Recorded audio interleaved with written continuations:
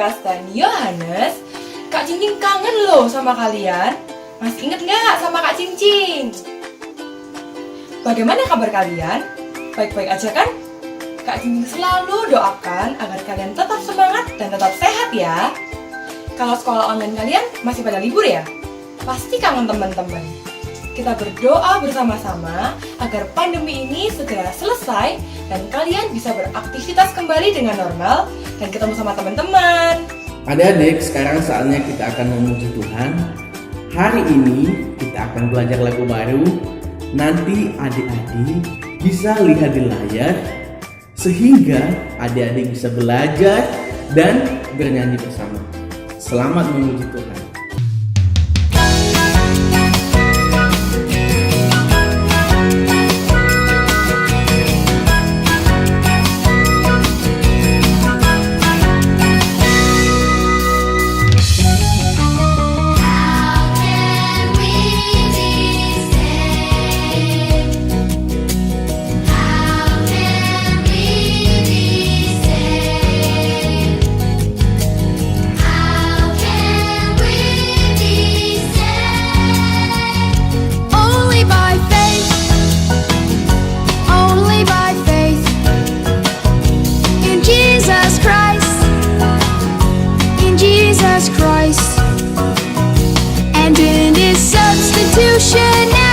Atoning death on the cross, in His substitutionary atoning death on the cross. How can we be saved? How can we be saved? How can we be saved?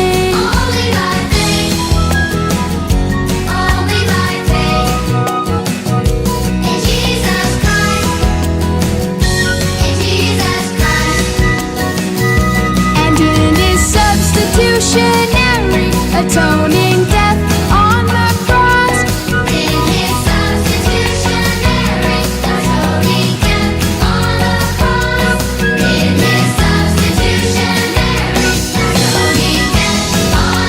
cross, in His substitutionary atoning death on the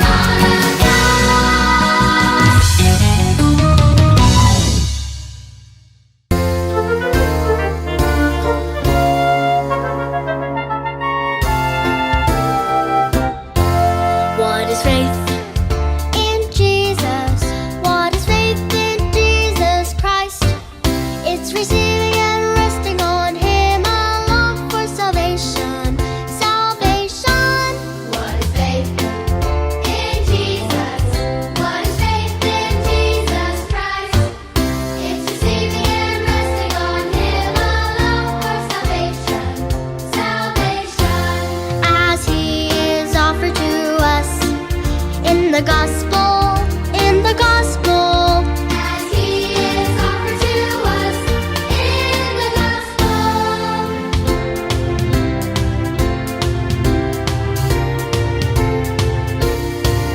What is faith in Jesus? What is faith in Jesus Christ? It's receiving and resting on Him alone for salvation. Salvation. What is faith in Jesus? What is faith in Jesus Christ? It's receiving and resting on Him alone for salvation. Salvation.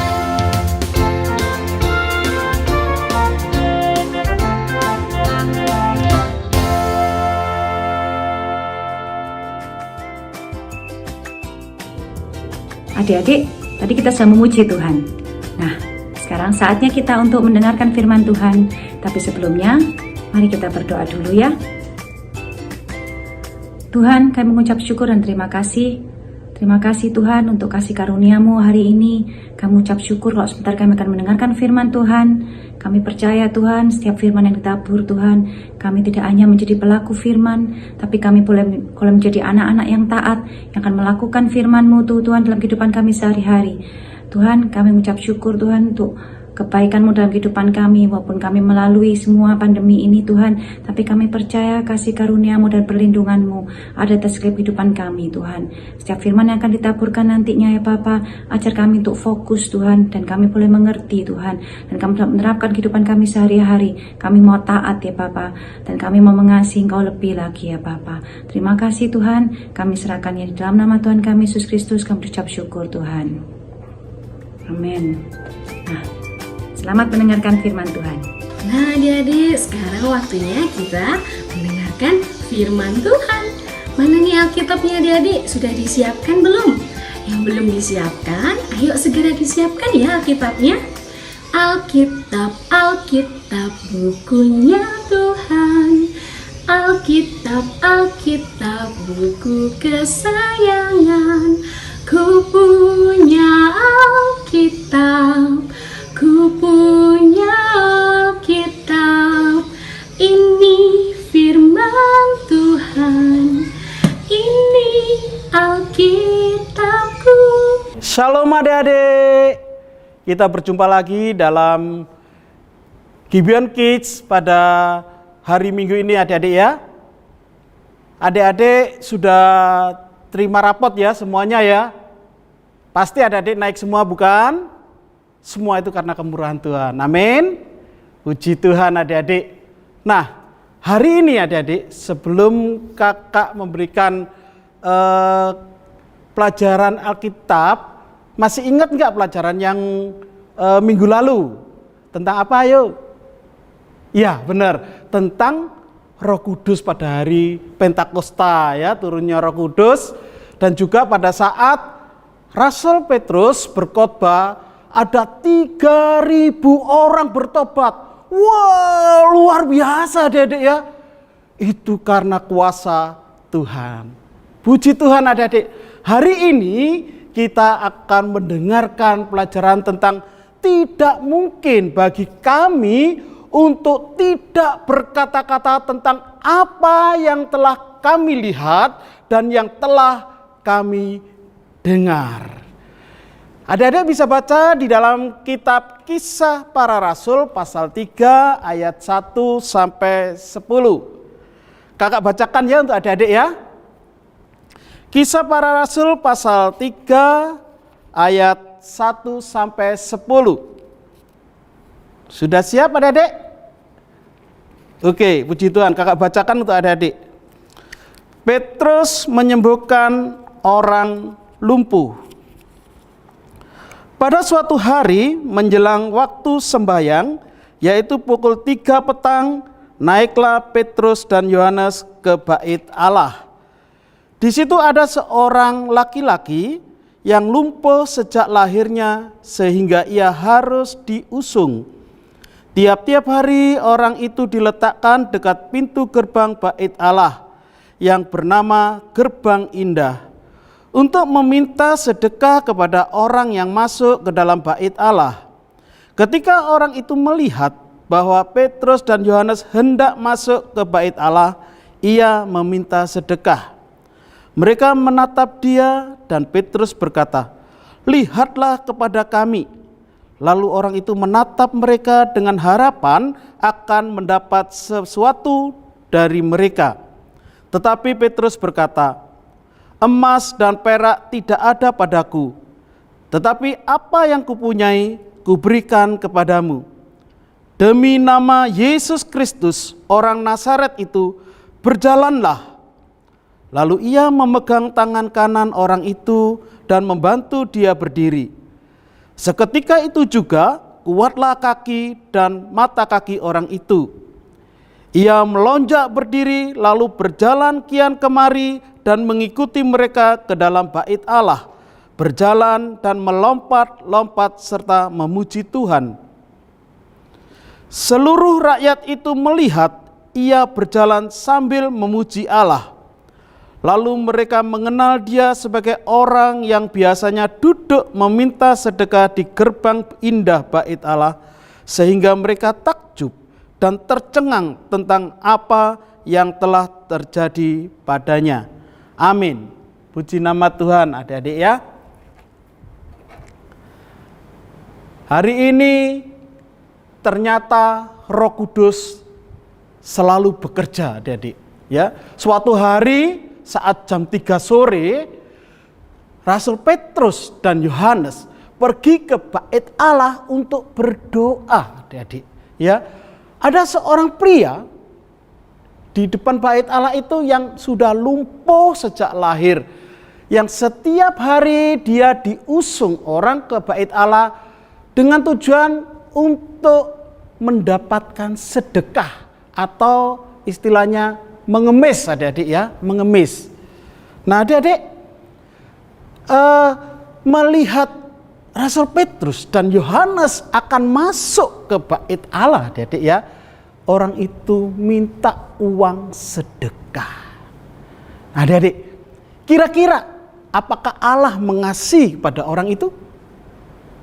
Ya, Allah sangat mengasihi orang itu. Dan Allah memberikan kasihnya itu juga kepada hati pengikut-pengikutnya.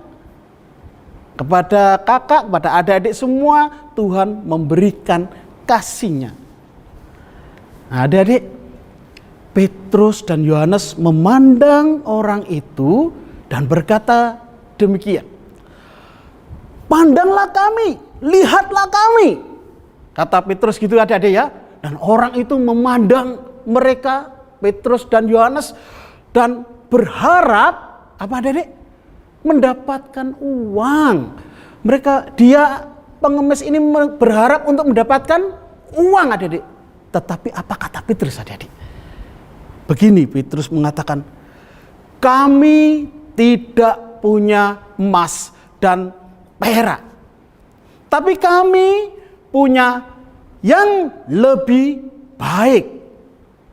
Terus dikatakan, dalam nama Yesus Kristus, bangunlah dan berjalanlah. Terus apa yang terjadi, adik-adik?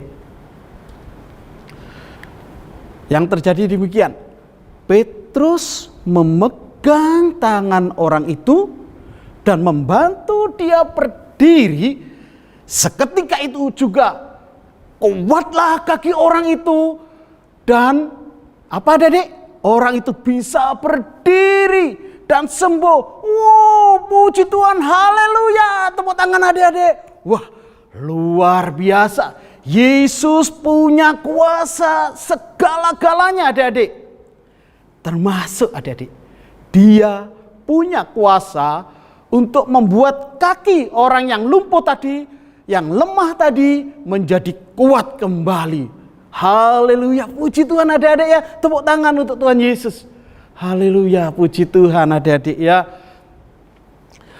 Orang yang sudah sembuh tadi, adik-adik, berjalan mengikuti Rasul Petrus dan juga Yohanes masuk ke bait Allah sambil memuji-muji Tuhan, memuliakan Tuhan, lompat-lompat, adik-adik. Waduh, luar biasa, senang sekali. Karena apa? Dari sejak lahir dia lumpuh. Dan mujizat Tuhan melalui Roh Kudus yang menyertai Rasul Petrus menyembuhkan orang itu bisa berjalan dan melompat-lompat sambil memuji Tuhan. Haleluya, haleluya. Besarlah nama Yesus yang sudah menyembuhkan aku. Itu adik-adik, luar biasa ya. Nah, orang banyak yang mengenali dia sebagai seorang pengemis atau peminta-minta di depan bait Allah itu, melihat orang itu sangat takjub. Wah, bukankah orang ini yang selalu minta-minta di depan bait Allah, sekarang sudah bisa berjalan, sudah bisa melompat-lompat dan memuji Tuhan. Haleluya. Akhirnya adik-adik, orang banyak itu mengerumuni orang pengemis tadi yang sudah sembuh dari lumpuhnya, adik-adik. Ya. Nah, mereka semua takjub atas segala mujizat yang terjadi. Tetapi adik-adik, Rasul Petrus bertanya kepada orang banyak itu, mengapa hal ini membuat kamu heran? Itu adik-adik pertanyaan dari Rasul Paulus. Mengapa hal ini membuat kamu heran? Bukan kehebatan kami yang membuat orang ini berjalan, tetapi kuasa Allah, kuasa Yesus Kristus itu yang menyembuhkan dia. Oh, luar biasa adik-adik ya. Allah telah memuliakan Yesus yang kamu salibkan itu. Allah membangkitkan Yesus yang telah mati pada hari ketiga. Ya adik-adik ya, seperti yang kamu lihat, karena percaya dalam nama Yesus Kristus, maka orang ini sembuh. Ya, Yesus adalah penyelamat yang Allah janjikan itu. Maka bertobatlah kamu semua supaya dosamu dihapuskan. Wah, luar biasa. Setelah menyembuhkan orang yang lumpuh tadi, Rasul Petrus berkhotbah kepada orang-orang. Luar biasa, Dede, memberitakan firman Tuhan tentang Yesus, adik-adik. Puji Tuhan. Ya. Nah, mendengar pemberitaan dari Rasul Petrus tadi, adik-adik, para pemimpin Yahudi marah. Ya, marah mendengar Petrus tadi memberitakan tentang Yesus sudah bangkit dari mati. Akhirnya apa? Mereka menangkap Petrus dan Yohanes. Waduh, sedih adik-adik ya. Sedih. Rasul Petrus habis menyembuhkan melalui Roh Kudus bagi orang yang lumpuh tadi, adik-adik ya. Kemudian memberitakan kabar sukacita tentang Yesus. Lalu ditangkap sama para pemimpin Yahudi yang tidak senang itu, adik-adik. Ya, lalu memenjarakan mereka. Petrus dan Yohanes akhirnya dipenjara. Kira-kira adik-adik, orang banyak yang sudah mendengar tadi, kira-kira takut enggak? Tidak. Justru Roh Kudus, adik-adik, itu bekerja sehingga membuat banyak orang itu yang sudah mendengar ajaran dari Petrus jadi percaya. Amin, haleluya, hore, sukacita adik-adik ya. Luar biasa adik-adik ya. Justru meskipun Petrus dan Yohanes ditangkap dan dipenjarakan, Roh Kudus bekerja membuat banyak orang itu apa? Percaya. Luar biasa adik-adik. Kalau Roh Kudus sudah bekerja, tidak ada yang bisa menghalangi. Ya adik-adik ya. Puji Tuhan. Nah, pada keesokan harinya adik-adik, Petrus dan Yohanes dibawa menghadap kepada imam besar dan para pemimpin Yahudi. Untuk apa adik-adik kira-kira? Ya, mereka akan diadili. Akhirnya mereka ditanya begini adik-adik. Petrus dan Yohanes ditanya begini. Dengan kuasa mana atau dalam nama siapa kamu menyembuhkan orang lumpuh itu? Kira-kira apa jawaban Petrus adik-adik? Petrus menjawab begini. Dengan dipenuhi Roh Kudus, Petrus menjawab begini adik-adik. Orang ini disembuhkan dalam nama Yesus yang sudah kamu salibkan itu, tapi Allah bangkitkan dari kematian. Yesus Kristus adalah satu-satunya jalan untuk selamat adik-adik. Tidak ada jalan yang lain. Tidak ada. Yuk kita baca ya adik-adik ya. Kisah Rasul pasal 4 ayat 10 sampai 12. Saya bacakan untuk adik-adik ya. Kisah Rasul pasal 4 ayat 10 sampai 12. Demikian firman Tuhan. Maka ketahuilah oleh kamu sekalian dan oleh seluruh umat Israel bahwa dalam nama Yesus Kristus, orang Nazaret yang telah kamu salibkan, tetapi yang telah dibangkitkan Allah dari antara orang mati, bahwa oleh karena Yesus itulah orang ini berdiri dengan sehat sekarang di depan kamu. Yesus adalah batu yang dibuang oleh tukang-tukang bangunan, yaitu kamu sendiri. Namun ia telah menjadi batu penjuru. Dan keselamatan tidak ada di dalam siapapun juga selain di dalam Dia. Sebab di bawah kolong langit ini tidak ada nama lain yang diberikan kepada manusia yang olehnya kita diselamatkan. Amin. Adik-adik, tidak ada nama lain yang bisa menyelamatkan kita selain Yesus Kristus. Amin adik-adik ya. Luar biasa. Nah adik-adik, mereka yang mendengar itu kagum melihat keberanian Petrus dan Yohanes. Sebab mereka tahu bahwa Petrus dan Yohanes itu orang biasa, ya, orang yang tidak terpelajar. Mereka juga melihat orang yang disembuhkan itu berdiri di sana, ya, di samping mereka berdua, di samping Petrus dan Yohanes. Ya.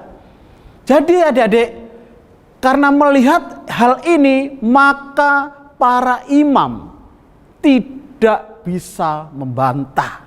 Ya, tidak bisa membantah.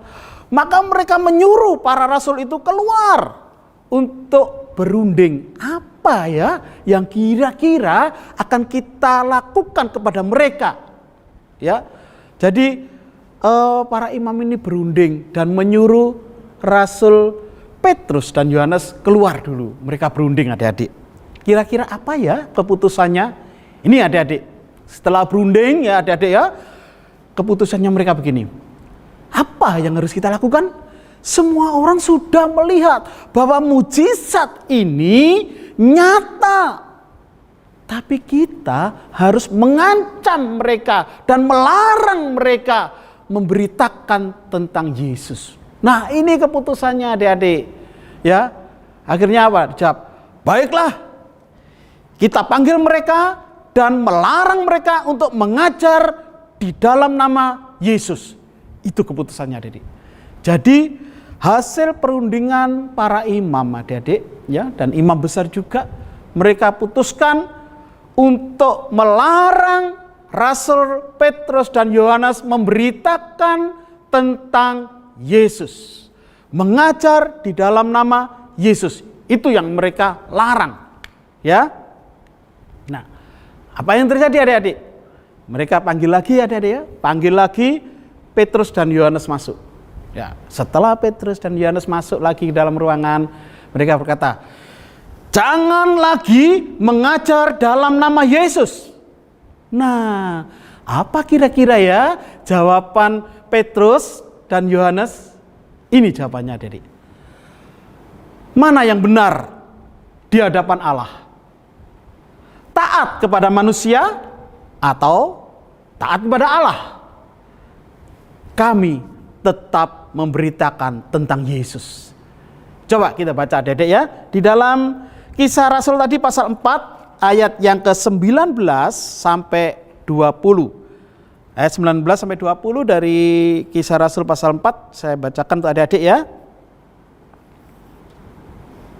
Tetapi Petrus dan Yohanes menjawab mereka, silakan kamu putuskan sendiri manakah yang benar di hadapan Allah. Taat kepada kamu atau taat kepada Allah. Sebab tidak mungkin bagi kami untuk tidak berkata-kata tentang apa yang telah kami lihat dan yang telah kami dengar. Amin. Luar biasa adik-adik ya. Rasul Petrus dan Yohanes tidak mau, bahkan mereka melemparkan satu pertanyaan. Mana yang lebih benar? Taat kepada manusia, taat kepada kamu, atau taat kepada Allah? Ya, silakan putuskan sendiri. Siapa yang benar? Aku tetap memberitakan dalam nama Yesus. Keberanian timbul dalam diri Rasul Petrus adik-adik ya. Nah, Petrus dan Yohanes ini tahu bahwa menceritakan tentang Yesus itu adalah hal yang sangat penting, ya, sangat penting. Bahkan sekalipun mereka di penjara atau mungkin mereka akan dianiaya atau dihukum, mereka tetap menceritakan tentang Yesus. Karena itu sangat penting bagi mereka, adik-adik. Ya. Kemudian apa, adik-adik? Mereka, para imam, mengancam kepada Petrus dan Yohanes begini, adik-adik. Kamu harus taat apa yang sudah kami putuskan.